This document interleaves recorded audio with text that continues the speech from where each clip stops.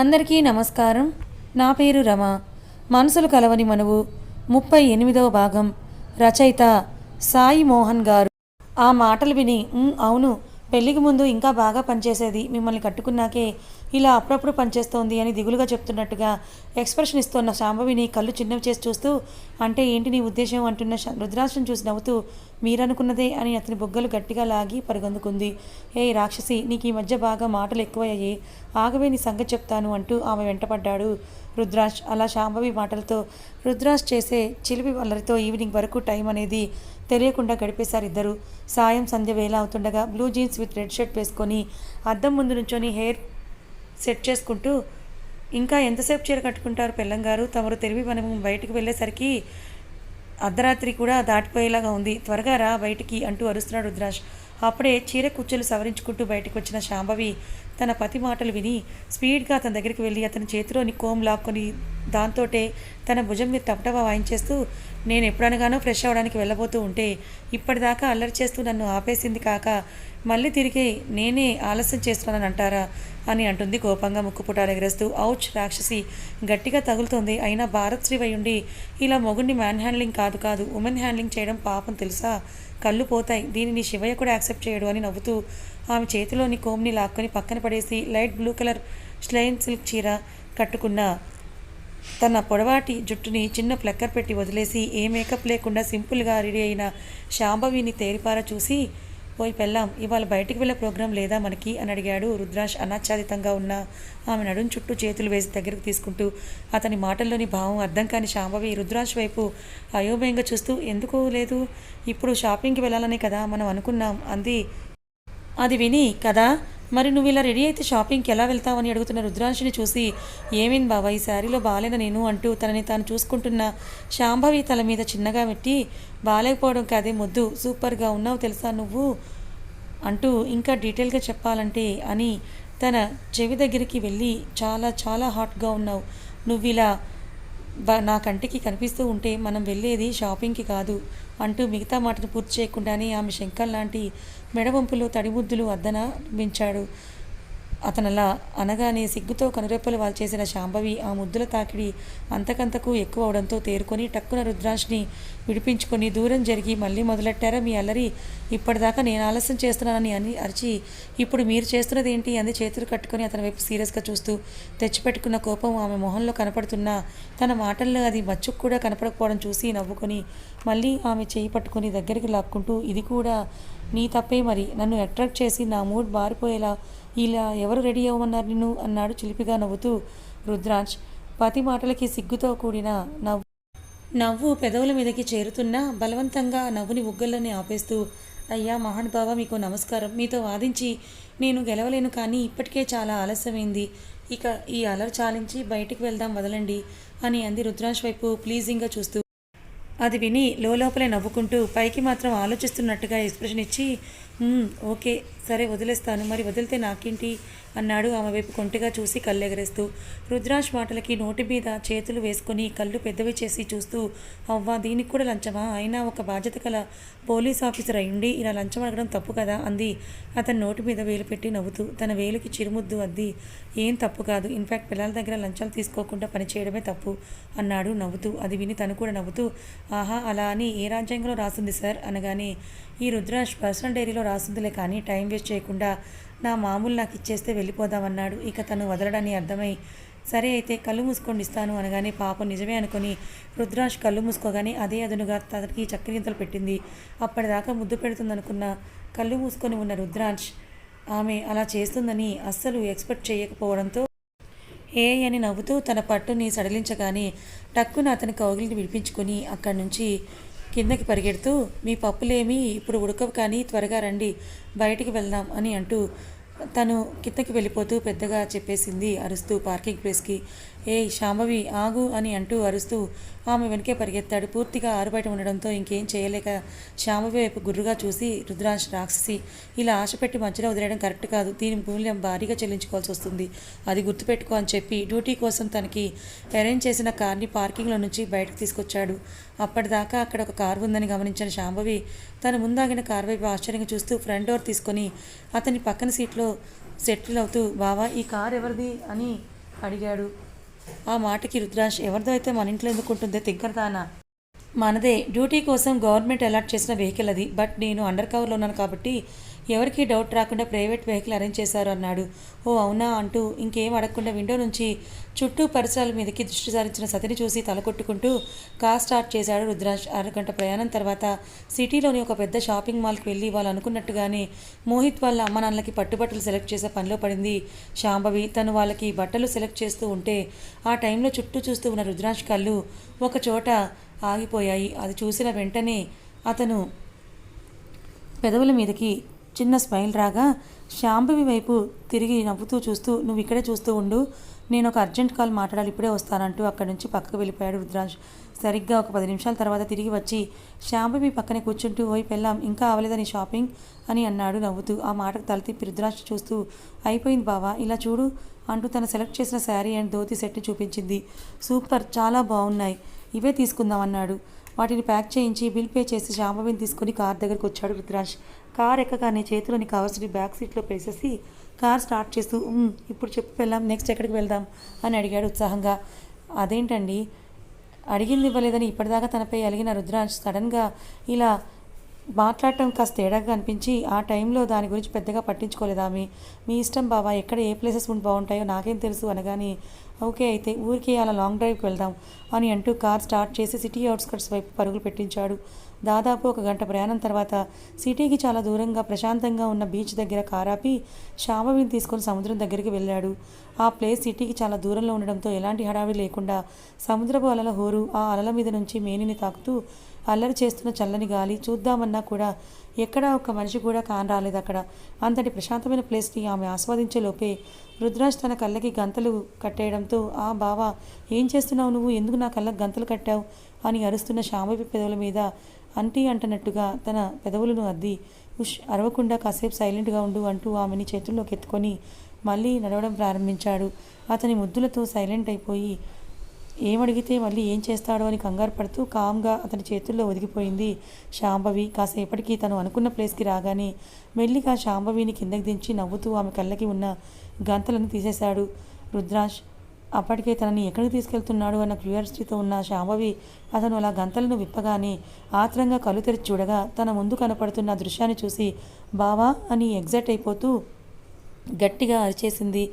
ఆమె ఎక్స్ప్రెషన్స్ చూసి నవ్వుకుంటూ తన వెనుక నుంచి హత్తుకొని ఆమె చెక్కిలిని ముద్దాడుతూ, ఎలా ఉంది సర్ప్రైజ్, నీకు నచ్చిందా అన్నాడు నవ్వుతూ. అతను అలా హత్తుకోగానే తన నడుమును చుట్టుకున్న రుద్రాంశ్ చేతుల మీద తన చేతులు వేసి సముద్రం మధ్యలో 2 ఫ్లోర్స్ ఉన్న ప్రైవేట్ బోట్ అంచున నిలబడి ఆకాశంలోని పున్నమి చంద్రుని చూసి నవ్వుతూ, నచ్చిందా అని అలా మెల్లిగా అడుగుతారేంటి బావా, చాలా చాలా నచ్చింది అని అతని చేతుల్లోనే గంతు వేస్తూ ఆ ప్రదేశాన్నంతా కలలో నింపుకుంటోంది శాంభవి. కాసేపు తను కూడా ఆమెతో పాటు ఆ మూమెంట్ని ఎంజాయ్ చేసి తర్వాత మెల్లిగా శాంభవిని వదిలి తన వైపుకు తిప్పుకుంటూ అప్పటిదాకా పక్కన పెట్టిన కవర్ని చేతిలోకి తీసుకొని నవ్వుతూ ఆమె చేతిలో పెట్టాడు. చేతిలోని కవర్ని చూసి తిరిగి రుద్రాంశను చూస్తూ, ఏంటి బావా ఇది అని అడిగింది శాంభవి. సమాధానం చెప్పకుండా, ఓపెన్ చేసి చూడు నీకే తెలుస్తుంది అంటున్న రుద్రాంశ్ మాటలకి అయోమయంగా తన చేతిలోని కవర్ని ఓపెన్ చేసి అందులో తన శరీరాన్ని సగం మాత్రమే కవర్ చేసినట్టుగా ఉన్న బ్లూ కలర్ సీవ్లెస్ మినీ ఫ్రాక్ని చూసి కళ్ళు తేలేసింది శాంభవి. తన 2 చేతులతో స్లీవ్స్ దగ్గర పట్టుకొని ఆ ఫ్రాక్ని గుడ్లప్పగించి చూస్తున్న సతిని చూసి నవ్వుతూ, ఎలా ఉంది పెళ్ళాం, డ్రెస్ అదిరిపోయింది కదా అని అడిగాడు రుద్రాంశ్. అప్పటిదాకా షాకింగ్గా ఆ ఫ్రాక్ని చూస్తూ ఉండిపోయిన శాంభవి అతని మాటలకి తేరుకొని తల తిప్పి రుద్రాంశం చూస్తూ, డ్రెస్ ఎక్కడుంది అసలు అంది అదే ఎక్స్ప్రెషన్తో. ఆమె అడిగిన తీరుకి పెద్దగా నవ్వుతూ, హహా, నీ చేతిలో ఉన్నది డ్రెస్ కాక మరి ఇంకేంట్రై రాక్షసి అంటున్న రుద్రాంశ్ వైపు కోపంగా చూస్తూ, చీ, ఇది డ్రెస్సా, అసలు దీన్ని డ్రెస్ అంటారా ఎవరైనా అంటూ ఆ ఫ్రాక్ని తన చేతిలో పెట్టేసి వెళ్ళి దూరంగా షిప్కి ఉన్న రైలింగ్ ఆనుకొని నుంచుంది శాంభవి. ఆమె కోపాన్ని చూసి నవ్వుకుంటూ శాంభవి దగ్గరికి వెళ్ళి తనని వెనక నుంచి చుట్టేస్తూ, ఇప్పుడు ఏమైందని అంత కోపం అంటున్న రుద్రాంశ్ చేతులు వదిలించుకొని తనకి అభిముఖంగా తిరుగుతూ, కోపం కాక మరేం వస్తుంది చెప్పండి, అసలు ఆ ఫ్రాక్ ఏంటి, మీరేంటి, అసలు ఇలాంటి పిచ్చి పిచ్చి ఆలోచన ఎందుకు వస్తున్నాయి మీకు అంటూ అతని చేతిలోని ఫ్రాక్ని లాక్కొని తిరిగి అతనికే చూపిస్తూ, అసలు ఇది ఎలా ఉందో చూసారా, ఇది వేసుకున్నా ఒకటే వేసుకోకపోయినా ఒకటే, పెద్ద తేడా ఏముంటుందని అని అంది తన మాటలకి తనకే చిరుసిగ్గు కమ్ముకోగా ఎర్రబడిన బుగ్గలతో నేల చూపులు చూస్తూ. అప్పటిదాకా ఆమె మాటల్లో కనపడిన కోపం కలలు లేదని గమనించిన రుద్రాజ్ ఇప్పుడు ఆమె సిగ్గును దాచుకోవడం చూసి ఓయ్ పెళ్ళాం ఇలా చూడు అన్నాడు. శాంభవి గడ్డం పట్టుకొని పైకెత్తి కళ్ళలోకి చూసి చిలిపిగా నవ్వుని చూసి మరింత ముడుచుకుపోతూ అతని గుండెల్లోకి దూరిపోయి ఛీ ముందు ఆ డ్రెస్ని దూరంగా పడేయండి అంది సిగ్గుగా. ఆమె మాటలు విని నవ్వుతూ తన చెవి దగ్గరికి వెళ్ళి ఇంత ఇష్టపడి సెలెక్ట్ చేసింది పడేయడానిక నో వే అంటూ అసలు నిన్నెప్పుడు చీరలో తప్ప ఇంకో డ్రెస్లో చూడలేదు నేను. ఇందాక షాపింగ్ మాల్లో మ్యానిక్ పిన్కి వేసున్న ఈ ఫ్రాక్ చూడగానే ఇందులో నువ్వు ఎలా ఉంటావో చూడాలనిపించింది నాకు, అందుకే వెంటనే తీసేసుకున్నానని చెప్పి సో నా కోసం నువ్వు ఇది వేసుకోవాల్సిందే, నేను చూడాల్సిందే అన్నాడు రుద్రాంశ్. ఆ మాటలు విని నో అని అంటూ తలపైకి అతని వైపు చూస్తూ బావా ప్లీజ్ ఇలాంటి డ్రెస్సెస్ నేను ఎప్పుడు వేసుకోలేదు, నా వల్ల కాదు. అసలు మీరు ఆ ఫ్రాక్ని సరిగ్గా చూసారా ఎంత చిన్నగా ఉందో, దీనికంటే మన శివాని వేసుకునే డ్రెస్లే ఇంకా పొడవుగా ఉంటాయేమో అని మొహమంతా అదోలా పెట్టుకొని ఆ ఫ్రాక్ వైపే చూస్తూ నా వల్ల కాదు బాబు నేను వేసుకోలేనంది సిగ్గుపడుతూ.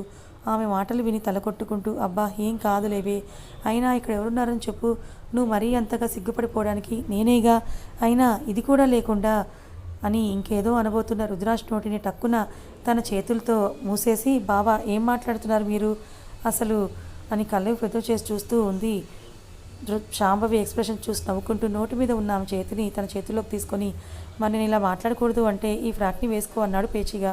ఇక తను ఎంత చెప్పినా వినడని అర్థమైపోయి ఊహు ఊహు తప్పదా అని క్యూట్గా అడుగుతున్న శాంభవిని చూసి నవ్వుతూ నువ్వెన్ని వేషాలు వేసినా వదిలే సమస్య లేదు, వెళ్ళి త్వరగా వేసుకొని రా డిన్నర్ చేద్దాం, అలా చాలా ఆకలేస్తోంది నాకు అంటూ ఆ ఫ్రాక్ని ఆమె చేతిలో పెట్టి తన భుజాలు పట్టుకొని నడిపించుకుంటూ తీసుకువెళ్ళి బోట్లో ఉన్న రూమ్లోకి పంపించి త్వరగా రా అంటూ డోర్ క్లోజ్ చేశాడు. సరిగ్గా 10 నిమిషాల తర్వాత డోర్ ఓపెన్ అయిన శబ్దానికి తల తిప్పి అటువైపు చూసిన రుద్రాజ్ బ్లూ కలర్ ఫ్రాక్ ఆమె తెల్లని మేని ఛాయని మరింత ద్విగుణీకృతం చేస్తూ ఉంటే తన జుట్టును అంతటినీ ఒక సైడ్కి వేసుకొని ఎలాంటి మేకప్ లేకపోయినా పున్నమి వెలుగులో దివి నుంచి దిగి వచ్చిన తారకల మెరిసిపోతున్న శాంభవిని చూసి మెస్మరైజ్ అయిపోయాడు. తనని రెప్ప వేయకుండా చూస్తున్న పతిని చూసి సిగ్గుపడుతూ తలదించుకొని థైస్ వరకు ఉన్న ఫ్రాక్ని ఇబ్బందిగా కిందకి లాక్కుంటూ డోర్ దగ్గరే నుంచుంది శాంభవి. కాసేపు తనివి తీరా ఆమె రూపాన్ని తన కళ్ళలో నింపుకొని తదుపరి మెల్లిగా నడుస్తూ తన దగ్గరికి వచ్చి హాయ్ హాయ్ అని అంటూ తన గుండె మీద చేత్తో రుద్దుకుంటూ ఇంకొక చేతిని శాంభవి చుట్టూ దగ్గరకు తీసుకొని నా పెళ్ళాం కూడా వెస్ట్రన్ వేర్లో మోడల్స్కి ఏమాత్రం తీసిపోతాన నా ఊహకి ఏమాత్రం తీసిపోకుండా భలే ఉన్నావే నువ్వు అన్నాడు రుద్రాజ్. అతని మాటలు విని సిగ్గుపడుతూ చాలా లో వాయిస్తో చూశారుగా, ఇక నేను వెళ్ళి డ్రెస్ చేంజ్ చేసుకుంటానంది శాంభవి. ఓయ్ అప్పుడేనా నోవే అంటూ ఈ డ్రెస్ ఎప్పుడు చేంజ్ చేయాలో నాకు బాగా తెలుసు, కానీ పద ఆకలి దంచేస్తోంది వెళ్ళి డిన్నర్ చేద్దాం అన్నాడు రుద్రాజ్ ఆమె చెయ్యిని పట్టుకొని ముందుకు నడుస్తూ. అతను ఒక అడుగు వేశాడో లేదో వెంటనే కంగారు పడుతూ తన చేతిని లాగేసుకొని భయంగా చుట్టూ చూస్తూ ఏం మాట్లాడుతున్నారు బావా మీరు, ఇలా డిన్నర్కి వెళ్ళడం ఏంటి అని టెన్షన్ పడుతున్న శాంభవిని దగ్గరికి తీసుకొని ఉష్ కూల్ బేబీ కూల్, ఎందుకంత టెన్షన్ పడుతున్నావు, ఇక్కడ నువ్వు నేను తప్ప ఇంకెవరూ లేరులే, అయినా నాకు తెలియదా నిన్ను ఎక్కడ ఎలా ఉంచాలో అంటూ అనవసరంగా టెన్షన్ పడకుండా నాతో రా నువ్వు అని ఒక అడుగు ముందుకు వేసి తాను ఇన్ని చెప్పినా కదలకుండా అలాగే నించున్న శాంభవిని చూసి ఉఫ్ అని లాంగ్ బ్రీత్ వదిలి రావా అయితే అని తను అడగగానే రాను అన్నట్లుగా తన తలని అడ్డంగా ఊపుతూ బెరుకుగా చూస్తున్న శాంభవిని చూసి ఇంకా ఆమెని ఎక్కువగా ఇబ్బంది పెట్టడం ఇష్టం లేక సరే పో వెళ్ళి డ్రెస్ చేంజ్ చేసుకొని రాపో డిన్నర్ చేద్దామన్నాడు రుద్రాజ్.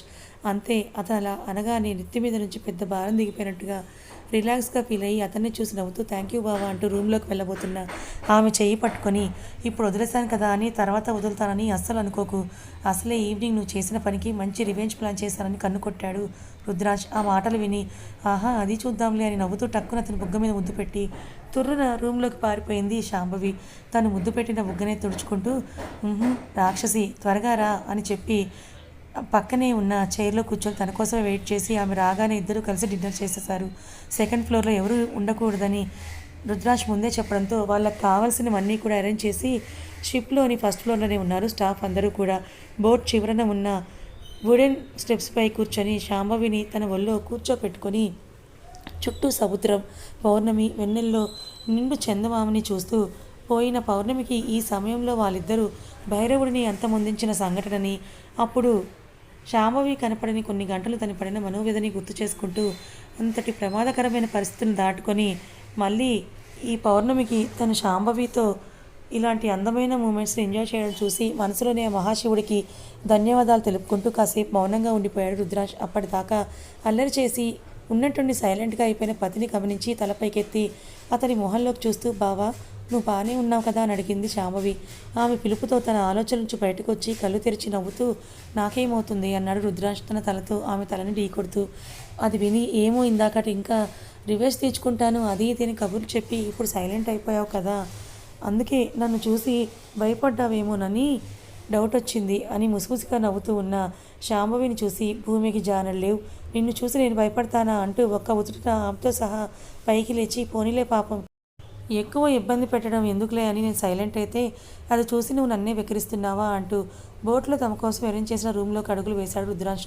అప్పటిదాకా పతి మెడ చుట్టూ చేతులు వేసి అతని మాటలకు నవ్వుతూ రుద్రాంశ్ని చూస్తూ ఉన్న అక్కడ పరిసరాలను పట్టించుకొని శాంభవి రూమ్లోకి వెళ్ళగానే అప్పటిదాకా లేని మల్లె జాజి సహజమైన పరిమళాలు గుప్పుమంటూ నాసికం చేరేసరికి టక్కున తల తిప్పి చూడగా రూమ్ అంతా డిమ్ లైటింగ్తో రొమాంటిక్గా కనిపిస్తుంటే రూమ్ మధ్యలో పెద్ద కాట్, దానిపై నుండి పూలమాలలు వేలాడుతూ పూల పందిరిని తలపిస్తూ ఉంటే బెడ్ మీద కూడా రకరకాల పూలతో హార్ట్ షేప్ వేసి ఉంది. అంతేనా, రూమ్ డోర్ నుంచి బెడ్ వరకు పూలదారి పరిచి ఉంటే దానికి ఇరువైపులా సెంటెడ్ క్యాండిల్స్ వెలిగించున్నాయి. అసలు మొత్తంగా ఫస్ట్ నైట్ రూమ్ని తలపిస్తున్నట్టుగా ఉన్న ఆ రూమ్ని ఆశ్చర్యంగా చూస్తూ, బావా ఏంటిదంతా అని అడిగింది శాంభవి షాకింగ్గా. ఆమె ఎక్స్ప్రెషన్ని చూసి నవ్వుతూ, చూడగానే అర్థమవుతుంది అనుకున్నానే, ఇంకా అర్థం కాలేదా అంటూ రుద్రాంశ్ వైపు అలకగా చూస్తూ, అంత వెటకారం అక్కర్లేదులే, నాకు అర్థమైంది అని సిగ్గుతో అతని గుండెలో తలదాంచుకొని, మన మొదటి రాత్రి అయిపోయింది కదా, మరి ఇప్పుడు కూడా ఈ కొత్తగా ఏర్పాట్లవన్నీ ఎందుకు అని అడుగుతున్నాను అని అంది చిన్నగా. ఆమె అడుగులు తిరిగి పెద్దగా నవ్వుతూ ఒక్క క్లిక్తో డోర్ని క్లోజ్ చేసి శాంభవితో సహా బెడ్ మీదకి చేరిపోయి తన కౌగిలిలో ఆమెను బంధిస్తూ, దీనికి కొత్త పాత ఏంటి పిచ్చిమొహమా, భార్యాభర్తలు తమ ప్రేమని ఒకరికొకరు పంచుకునేందుకు వారధిది, మన మధ్యలోని ప్రేమ ఎప్పటికీ ఎలా అయితే పాతపడిపోదో ఇది కూడా అంతే అన్నాడు ఆమె తలని ఢీకొడుతూ. అతను చెప్పిందంతా విని నవ్వుతూ, అలా అని రోజు గదిని ఇలా అలంకరించుకుంటారా ఏంటి, చోద్యం కాకపోతే అంటున్న శాంభవిని వదిలి విష్ణుమూర్తి పోదులో పడుకుంటూ, ఏం చేస్తే తప్పట అన్నాడు రుద్రాష్. ఆహా, అప్పుడు కానీ చూసేవాళ్ళు మనకి పిచ్చనుకోరు అంటున్న శాంభవిని చెయ్యి పట్టి గుండెల మీదకు లాక్కొని, అది మన ప్రైవేట్ స్పేస్ వెళ్ళాం, అక్కడికి వచ్చి ఎవరు చూస్తారు అన్నాడు తన పెదవులతో ఆమె చెక్కిలిని మీటుతూ. అతను చేస్తున్న పనికి నవ్వుకుంటూ, అయినా మీ మగాళ్ళందరూ ఎప్పుడు ఇలానే మాటలు కోటలు దాటలు చెప్తారులే, రేపు ఒక బాబో పాప పుడితే ఈ ప్రేమనంతా వాళ్ళ మీదకి షిఫ్ట్ చేసి మమ్మల్ని కనీసం పట్టించుకోరు, ఎంతమందిని చూడలేదు ఇలా అంది శాంభవి మూతి తిప్పుతూ. ఆ మాటలు వినగానే టక్కున ఆమెను బెడ్ మీదకు తోసి తన మీదకు చేరిపోతూ, ఓయ్ అంటే ఏంటే, రేపు నేను మనకు పిల్లలు పుట్టిన తర్వాత నీతో ఇలా ఉండనని నీకు అనుమానమా అంటూ అడిగాడు రుద్రాజ్ సీరియస్గా. కథ ఇంకా ఉంది. ఈ కథ మీకు ఎలా అనిపించింది, నచ్చిందా? నచ్చితే లైక్ చేయండి, మరికొంతమందికి షేర్ చేయండి. ఇలాంటి మరిన్ని మంచి కథల కోసం ఛానల్ని సబ్స్క్రైబ్ చేసుకోండి. Thank you so much for watching.